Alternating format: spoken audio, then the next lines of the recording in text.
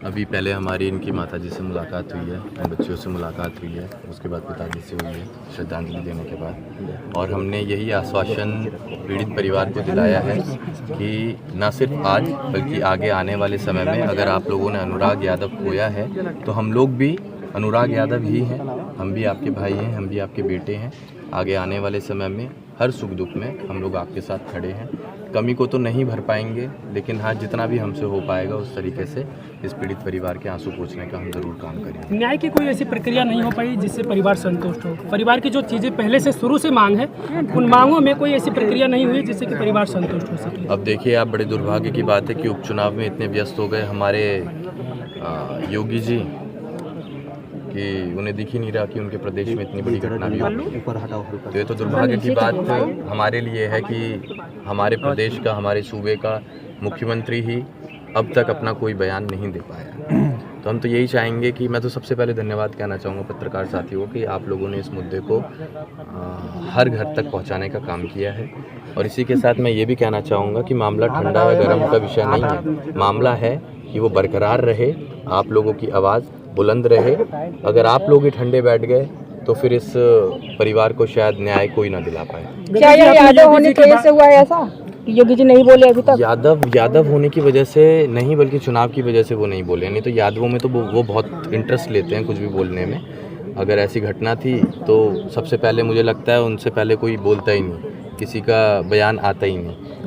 लेकिन चुनाव की वजह से वो अभी कुछ कहना नहीं चाह रहे हैं। यहाँ पर भी सवाल खड़ा हो रहा है कि अखिलेश यादव, इसके पहले भी कई यादवों के साथ जब इस तरह की घटना होती तो अखिलेश यादव अग्रसर होते हैं, डेलीगेशन उनका पहुँचता, लेकिन दुर्भाग्य पहुंचा है, हमको हर तरफ से नहीं पहुँच पाया। गगन जी, आप परिवार से बात करिए, कोई इस तरह की डेलीगेशन नहीं पहुँचा। कौन पहुंचा है यहाँ पे? प्रिया सरोज पहुँचे हैं ना, तो बहुत अच्छा है। प्रिया जी पहुँची हैं, जिस तरीके से पहुँचे हैं, जिस तरीके से पीड़ित परिवार को उनसे उम्मीदें थी, लेकिन न्याय की देखिए ये लड़ाई समाजवादी और भाजपा की लड़ाई नहीं है, आप समझिए, ये समाज की लड़ाई है। और समाज की लड़ाई अगर ये है तो आप इसमें नेताओं से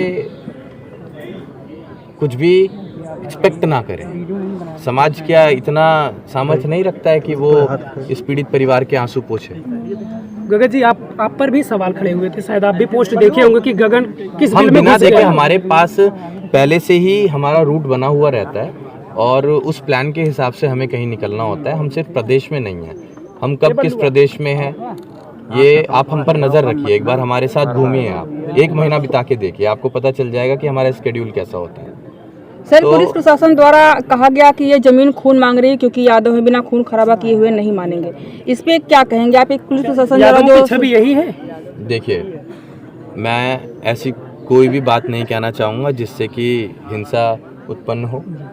हम सिर्फ यही कहना चाहेंगे कि पीड़ित परिवार को संतुष्ट करने के लिए पहला, दोषी को कड़ी से कड़ी सज़ा दी जाए। दूसरा, एक नौकरी ज़रूर दी जाए उस बच्ची को जिससे कि पालन पोषण परिवार का होता रहे। तीसरा, जिस भी ज़मीन पर यह विवाद था उस सरकारी ज़मीन को आप ना यहाँ रहे ना वहाँ रहे, उस पर अनुराग यादव की प्रतिमा बना दी जाए जिससे कि वो बच्चा हमेशा हमारे दिलों में जिंदा रहे। तो ये काम करवा दीजिए आप, और इसके लिए हम भी आवाज़ उठाएंगे, आप लोग भी आवाज़ उठाइए। और रही बात आगे तक की परिवार की जिम्मेदारी की, तो हम उसी के लिए यहाँ आए हैं। हम उसी को लेते हुए परिवार के आंसू पोंछने आए और हम भरोसा दिला के गए हैं कि आगे आने वाले समय में न सिर्फ आज बल्कि भविष्य में जब तक हमारी सांसें चल रही हैं, हम अनुराग यादव की कमी को थोड़ा सा तो अपना रोल इतना अदा करेंगे कि आपके आंसू पोंछ पाएँ और उस कमी की हम भरपाई कर पाएँ। हालांकि पूरा नहीं कर पाएंगे हम, बच्चा उन्होंने खोया, उनका दर्द वो बेहतर तरीके से जाने। परिवार ने क्या मांग रखी आपसे, व्यक्तिगत आपसे क्या मांग रखी कि गगन जी आप आए हैं तो आप क्या हमारे लिए आप एक बात बताइए, किसी माँ ने अगर अपना बच्चा खोया है, बहन ने अपना भाई खोया है, तो वो क्या मांगेंगे? वो तो यही मांगेंगे ना कि दोषी के ऊपर कड़ी से कड़ी सजा हो, तभी तो उनकी आत्मा को शांति मिलेगी। तो वही वो बात परिवार कह रहा है हमसे कि बस सजा मिल जाए और बाकी हमने तो अपना सब कुछ खो ही दिया। वो बोलेंगे भी क्या? आप देखिए, वो बोलने से पहले तो उनके आंसू निकल रहे हैं, वो बोल नहीं पा रहे हैं कुछ। इससे ज्यादा क्या मांगेंगे? ये तो समाज की मांग है कि ये सब चीजें करी जाएं। नौकरी की अगर बात कहिए तो समाज कह रहा है, प्रतिमा की अगर बात कर रहा है तो समाज कह रहा है, दोषी के ऊपर कड़ी से कड़ी कार्रवाई हो वो समाज भी कह रहा है और पीड़ित परिवार भी कह रहा है। इसके पहले कई मामले में इनकाउंटर हुआ, ऑन द स्पॉट कार्रवाई हुई है, लेकिन इस मामले में आज कई दिन हो गए एनकाउंटर हैं। करेगा कौन ये बताइए?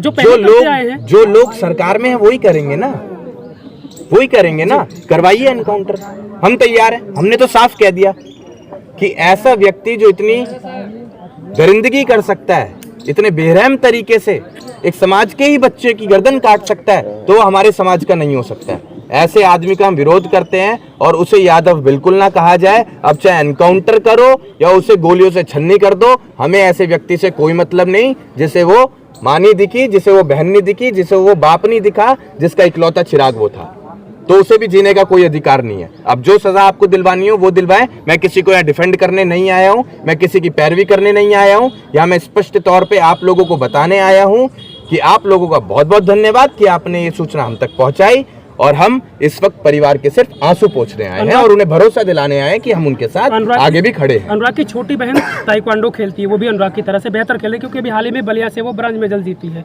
तो ऐसे में छोटी बहन के लिए आप क्या करेंगे अगर वो खेलना चाह रही है आगे भविष्य में? जिस भी प्रकार से जो भी सहयोग पीड़ित परिवार हमसे मांगेगा, हम वो सहयोग करने के लिए तैयार हैं।